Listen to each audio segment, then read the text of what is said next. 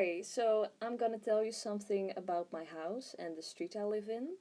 Because of quarantine, I started wondering about the history of my street because it wasn't always called Gerrit van der Veenstraat. Before, it was called Euterpenstraat. But people didn't have a lot of good memories about Euterpenstraat. So now you're thinking, why did people have such bad memories about the Euterpenstraat? Well, I'm going to explain. Here you see the Gerrit van der Veen College. It used to be a girls' high school, but in times of war, the Sicherheidsdienst took over and they brought in Jews and even tortured them there.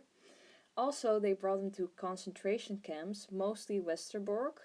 Even Anne Frank and her family were brought in here. In 1944, Prince Bernhard decided to bomb the place. But unfortunately, it doesn't lead to a lot of damage as you could see. Only a wall was destroyed. Prince Bernhard's mission failed and only 4 people of the Sicherheidsdienst died and 60 normal citizens lost their lives and houses. Even on my house fell a bomb and the corner of the house was totally destroyed. As you can see here, I found a really good picture and on the background you nearly see nothing of the house left. So I'm not living in the original building because they had to build the whole house again. But there is a story about a dentist who used to live in my house. When the alarm rang because they were getting bombed, people tried to stay safe in the basement. This is the basement.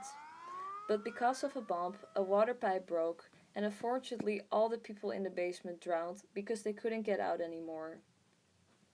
So this is not a happy ending, but I do really hope you learned something about it, and I thank you for listening to my story.